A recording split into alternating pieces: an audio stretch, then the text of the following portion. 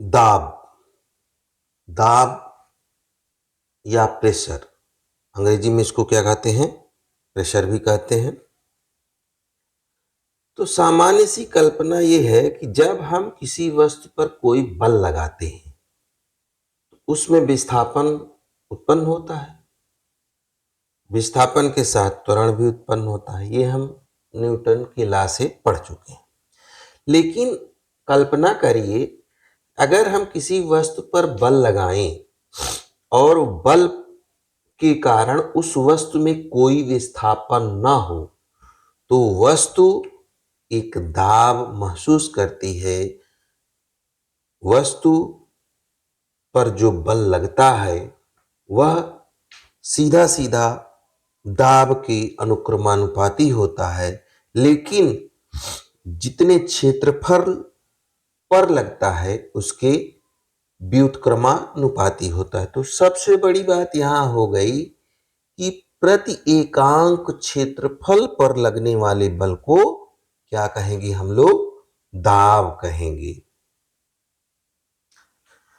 कह रहा है प्रति एकांक क्षेत्रफल पर लगने वाला बल ही दाब है। यानी कि एकांक क्षेत्रफल है, ए एक है, तो जो प्रेशर होगा जो वह हो जाएगा फोर्स के इक्वल, यानी बल के बराबर ही दाब होगा। तो सीधा सीधा जैसे यही देख लीजिए, हम लोग ऐसे बल लगा रहे हैं, बल लगा रहे हैं और इसमें अगर कोई विस्थापन नहीं हो रहा है तो इस क्षेत्रफल पर जो हम लोग बल लगा रहे हैं वही क्या हो जाएगा? दाब। अब चूंकि एरिया अगर यूनिट है तो जो फोर्स होगा वही दाब के बराबर होगा। तो यहां सीधा सीधा समझ में आ रहा है, फोर्स बढ़ेगा तो दाब बढ़ेगा, यानी दाब जो है बल के सीधा समानुपाती होता है।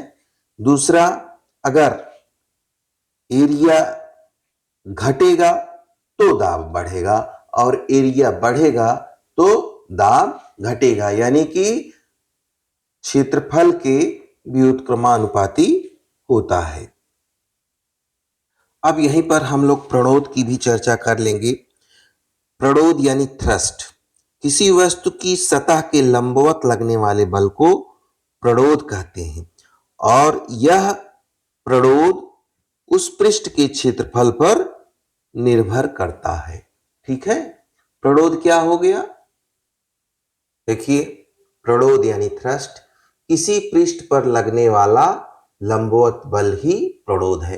तो यहां प्रेशर में, दाब में हमें जो बल प्राप्त होता है, जो बल लगता है, वो प्रणोद बल यानी थ्रस्ट बल ही होता है। कैसा होता है? प्रणोद या थ्रस्ट बल।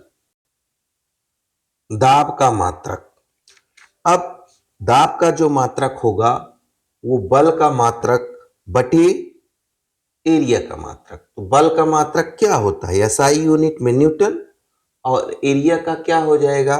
Metre square.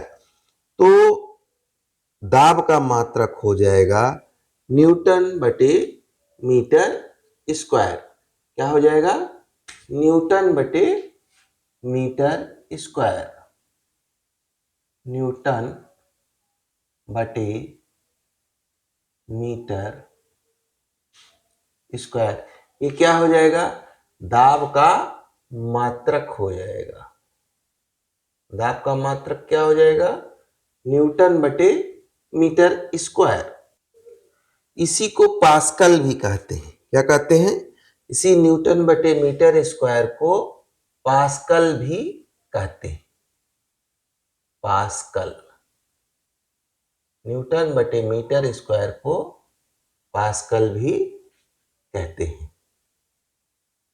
अब हम लोग विभिन्न उदाहरणों के द्वारा दाब का दैनिक जीवन में प्रयोग को समझने का प्रयास करेंगे।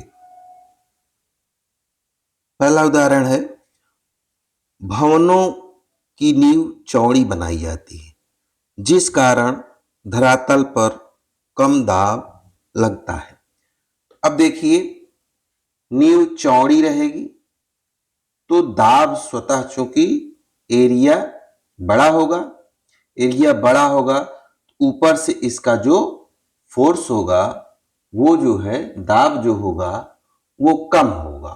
ठीक है, दाब कम होगा, एरिया बड़ा होगा तो उसका लगने वाला दाब कम होगा, क्योंकि एरिया के व्युत्क्रमानुपाती क्या है, दाब है। जैसे जैसे हमारा एरिया बढ़ेगा तो हमारा दाब कम होगा, तो इसलिए नींव जो है हमेशा चौड़ी बनाई जाती है।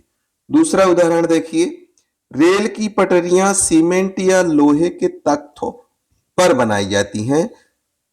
किस पे? सीमेंट या लोहे के तख्तों पर बनाई जाती हैं, जिसके द्वारा रेलगाड़ी द्वारा प्रदत्त दाब बड़े क्षेत्र में फैल जाता है और दाब घट जाता है। जो तुम्हारा ट्रेन के कारण प्रेशर पड़ रहा है नीचे, अब चूंकि पटरियों पे बनाया जाता है, पटरियां देखिए एक दूसरे से जुड़ी होती हैं और जिसपे जाल सा बिछाया रहता है उस पे पटरी रखी जाती है, तो ट्रेन का सारा दाब पूरे क्षेत्रफल पर फैल जाता है। क्षेत्रफल अधिक होने से क्या हो जाएगा, दाब कम हो जाएगा और ट्रेन का दाब जो है घट जाता है, क्योंकि क्षेत्रफल बड़ा हो जाता है। इस हिसाब से इसको समझ सकते हैं। अगला उदाहरण देखिए, सुई, आलपिन, ये सब नुकीली क्यों बनाई जाती हैं? नुकीली इसलिए बनाई जाती हैं कि क्षेत्रफल कम हो जाएगा। क्षेत्रफल जो है बहुत कम हो जाता है, नुकीली है तो बहुत कम हो जाएगा, और जब ये कम हो जाएगा तो जरा सा आप बल लगाए और दाब उसमें पड़ा, तुरंत वो शरीर में घुस जाएगी, इंजेक्शन लगाना आसान हो जाएगा, दीवार में धंसना आसान हो जाएगा, इसीलिए ये नुकीली बनाई जाती है। अब एक उदाहरण ये है कि व्यक्ति के खड़े रहने की अपेक्षा चलने से धरातल पर अधिक दाब लगता है। मान लीजिए कोई व्यक्ति है और वो अगर खड़ा है तो इसकी अपेक्षा अगर वो चल रहा है तो क्या कह रहा है, दाब अधिक लगता है। इसको दिमाग लगाइए। देखिए, खड़े रहने पर पृथ्वी का जो संपर्क क्षेत्रफल है वो अधिक होगा, वो अधिक होगा तो दाब कम होगा। देखिए एरिया, और जो चल रहा है वो पृथ्वी के संपर्क से उसका कम हो रहा है, पृथ्वी में से उसका संपर्क कम है, तो इसलिए जो है कम है तो दाब वो अधिक महसूस करेगा। क्या है, धरातल पर अधिक दाब वो लगाता है, क्योंकि चलने में भाई पृथ्वी से संपर्क कम हो जाता है, कम हो जाएगा तो दाब का मान बढ़ जाता है। तो चलने वाला व्यक्ति पृथ्वी पर ज्यादा दाब लगाता है, और जबकि खड़ा रहने वाला व्यक्ति पृथ्वी पर कम दाब लगाता है। कंसेप्ट एकदम क्लियर रखिए।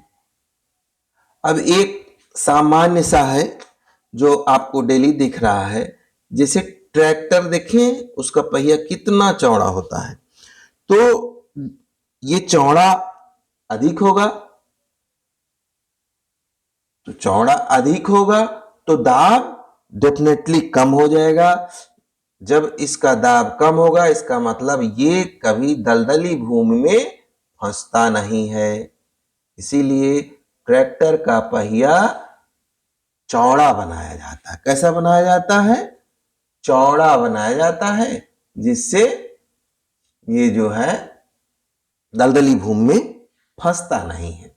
अगला देखिए, जो फोम वाला गद्दा होता है, फोम वाला जो गद्दा होता है, इस पे आप एक जगह खड़े हो जाइए तो यहां पर ज्यादा गद्दा दब जाएगा।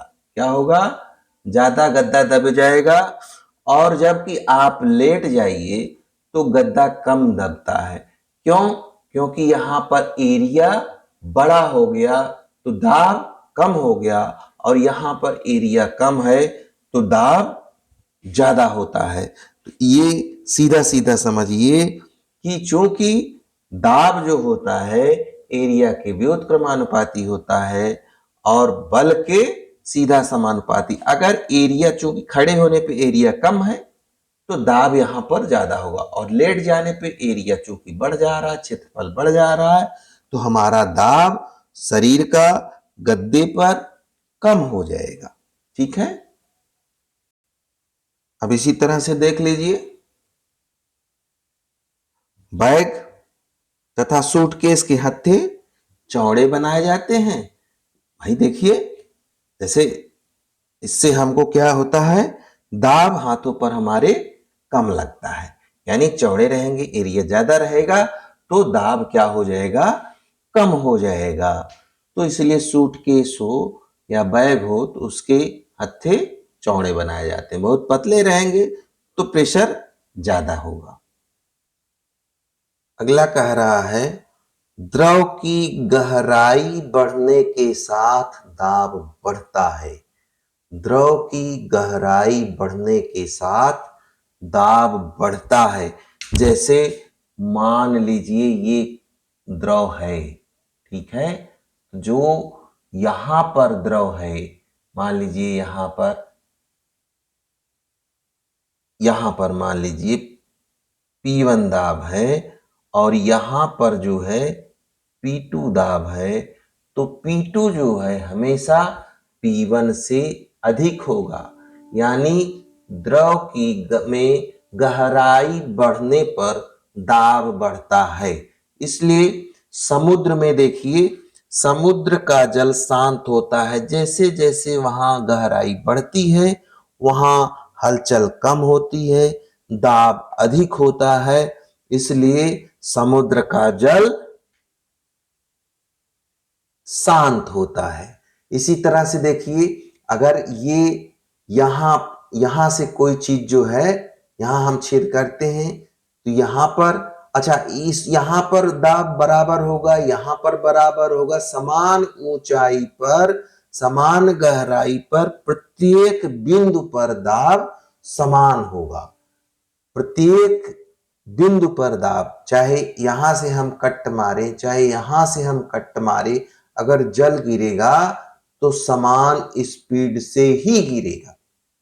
जैसे नीचे बढ़ते जाएंगे तो तेज हो जाएगा, जैसे जैसे ऊपर जाएंगे इसकी गति धीमी हो जाती है।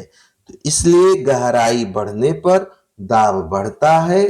दूसरी चीज कि जो कंटेनर में या किसी टैंक में अगर द्रव है तो निश्चित गहराई पर सभी स्थानों पर दाब निश्चित ही होगा। इस पर कई बार प्रश्न आया है, इसको आप बारंबार समझ लीजिए, ठीक है, और जहां दिक्कत हो पूछिए। अब देखिए वायुमंडलीय दाब। वायुमंडल भी, पृथ्वी के चारों ओर वायुमंडल पाया जाता है। ये वायुमंडल कैसा है, गैसों का एक आवरण है, एक परत है, और ये हम पर क्या करता है, प्रेशर डालता है, दाब डालता है। और सतह से जैसे जैसे हम ऊपर जाते हैं तो ये दाब घटने लगता है। इसीलिए कहा जाता है ना कि पहाड़ों पे जाइए तो दाल नहीं चूरती, प्रेशर कुकर में ना, हाइट पे जाने पे, पहाड़ों पे जाने पे शरीर की नसें फटने लगती हैं, रक्त बहने लगता है, तो वहां दाब कम होता है, वायुमंडलीय दाब कम होता है, शरीर में दाब अधिक होता है, तो वहां पर नसें फटने लगती हैं। तो इस तरह से वायुमंडलीय दाब क्या होता है, हमारे चारों ओर पाया जाता है, जिसे हम क्या कहेंगे, ये होता है एक वायुमंडलीय दाब बराबर 1 एटमॉस्फेरिक प्रेशर बराबर 1.01 गुणे 10⁵ न्यूटन बटे मीटर स्क्वायर के। ये वैल्यू आप याद कर लीजिए। एक वायुमंडलीय दाब बराबर क्या होता है? 1.01 गुणे 10 की घाते 5 न्यूटन बटे मीटर स्क्वायर के। अच्छा, एक चीज और ध्यान दीजिए, वायुमंडलीय दाब जो है ये नापने का यंत्र कौन सा है? बैरोमीटर। ये 2023 में यानी पिछले साल जो है पूछा गया था कि बैरोमीटर से क्या नापा जाता है। तो वायुमंडलीय दाब जो है बैरोमीटर से ही नापा जाता है, तो इसको ध्यान रखिएगा। अब हम लोग कुछ प्रश्नों को देखते हैं, ठीक है? तो चलिए देखिए, बैरोमीटर यंत्र से वायुमंडलीय मापा जाता है। तो यहां देखिए तापमान है, आर्द्रता है, दबाव है, तो यहां दबाव सही होगा। क्या होगा? दबाव सही होगा। दूसरा प्रश्न देखिए कि निम्नलिखित में संपर्क बलों के युगल को चुनिए। तो संपर्क बल कौन कौन से हो गए? पेशी बल और चुंबकीय बल। तो चुंबकीय बल असंपर्क बल में आते हैं, पेशी बल और घर्षण बल, हाँ, ये दोनों संपर्क बल में आते हैं, इसलिए यहां बी ऑप्शन सही होगा। घर्षण बल और स्थित वैद्युत बल, तो ये असंपर्क में है। गुरुत्वीय बल और चुंबकीय बल भी असंपर्क में है, यही बी ऑप्शन इसका सही हो जाएगा। दूसरा देखिए कि आरेख में दर्शाए अनुसार किसी जल टंकी में 4 टोटियां हैं, ए बी सी और डी। क्या है? ए बी सी और डी। तो ये जल से पूरी भरी है। इन सभी टोटियों को एक साथ खोल दिया जाए तो जिन टोटियों से जल समान दाब से बहेगा, तो मैंने आपको अभी बताया कि ऊंचाई बढ़ने के साथ यानी कि गहराई बढ़ने के साथ दाब जो है बढ़ता है, और किसी भी समान गहराई पर दाब, किसी भी बिंदु पर किसी निश्चित गहराई पर दाब समान होगा। तो यहां चूंकि देखिए सी और बी समान गहराई पे हैं, तो यहां पर दाब समान होगा। ये जो है यहां पर कम होगा, यहां पर और कम होगा, यहां पर जो इसकी स्पीड होगी बराबर होगी। ठीक है। अब एक क्वेश्चन ये देखिए, बड़ा अच्छा है। किसी शरीर पर 2 बल जिनमें प्रत्येक बल 20 न्यूटन का है एक ही समय लग रहे हैं, तो सबसे अधिक व सबसे कम नेट बल कौन सा होगा? तो देखिए सबसे अधिक कब होगा? जब दोनों एक ही दिशा में होंगे, यानी 20 न्यूटन प्लस 20 न्यूटन यानी 40 अधिकतम होगा। और सबसे कम कब होगा? सबसे कम तब होगा जब दोनों विपरीत दिशा में लगेंगे। तो ऐसी स्थिति में क्या हो जाएगा? 0 न्यूटन। तो ये आंसर हो जाएगा 34 का ए। क्या हो जाएगा? 34 का ए। अगला है, कौन सा मात्रक दाब का नहीं है? तो पास्कल दाब का मात्रक है। न्यूटन इंटू मीटर स्क्वायर ये दाब का मात्रक नहीं है। न्यूटन नहीं, न्यूटन बटे मीटर स्क्वायर है, तो ये दाब का मात्रक होगा। न्यूटन बटे मीटर स्क्वायर अगर ये है तो ये दाब का मात्रक रहेगा। और डाइन बटे सेमी स्क्वायर ये भी दाब का मात्रक होगा। न्यूटन बटे मीटर, चूंकि फोर्स अपान एरिया होता है ना, तो न्यूटन बटे मीटर स्क्वायर तो होगा। देखिए न्यूटन बटे मीटर स्क्वायर, लेकिन डाइन बटे सेमी स्क्वायर भी होगा। सीजीएस पद्धति में फोर्स डाइन होता है, एरिया सेंटीमीटर स्क्वायर होता है, लेकिन न्यूटन बटे मीटर यही नहीं होगा। अगला देखिए, कौन सा एक संपर्क बल है? संपर्क बल स्थिर वैद्युत बल नहीं है, चुंबकीय बल नहीं है, गुरुत्व बल नहीं है। घर्षण बल जो है क्या है? ये संपर्क बल है। देखिए, घर्षण बल क्या है? संपर्क बल है।